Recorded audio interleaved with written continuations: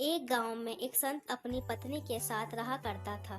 संत के पास हर समस्या का हल था।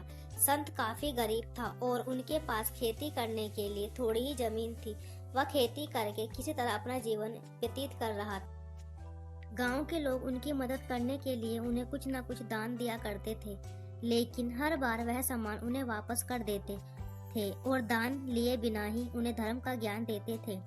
इस राज्य के राजा के पुत्र जुड़वा थे। राजा हमेशा उसी सोच में रहता कि वह दोनों में से किस पुत्र को अपना उत्तराधिकारी बनाए। एक दिन राजा को इस दुविधा में देखकर मंत्री ने कहा, महाराज, राज्य में एक संत रहते हैं और उनके पास हर समस्या का हल होता है। आप कृपया एक बार उनसे जाकर मिल ले। मंत्री की बात मानते हुए राजा संत से मिलने पहुंचे और उन्हें अपनी समस्या बताई। राजा की बात सुनकर संत ने राजा से कहा कि महाराज, उत्तराधिकारी चुनना तो बेहद ही सरल है।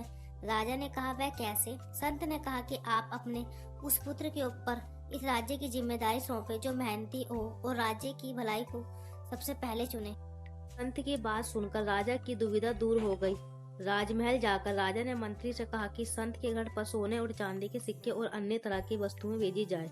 मंत्री ने सोने चांदी के सिक्के और कई तरह की वस्तुएं भिजवा दी। इतना सारा सामान देखकर संत ने मंत्री से पूछा कि ये सब क्या है? तो मंत्री ने जवाब दिया कि ये सामान राजा ने भिजवाया है। संत ने सारा सामान वापस राजा के पास भेज दिया और अगले दिन राजमहल जाकर राजा से कहा कि मैं मेहनत करके धन कमाने में विश्वास रखता हूँ और आपके द्वारा दिया गया यह दान मुझे स्वीकार नहीं है। अपनी मेहनत से कमाए गए धन में जो सुख मिलता है वह सुख दान में मिले पैसों से हासिल नहीं किया जा सकता।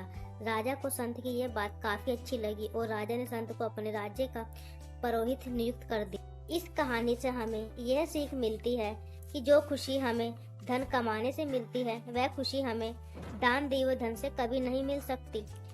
आशा करती हूँ कहानी आपको अच्छी लगी होगी।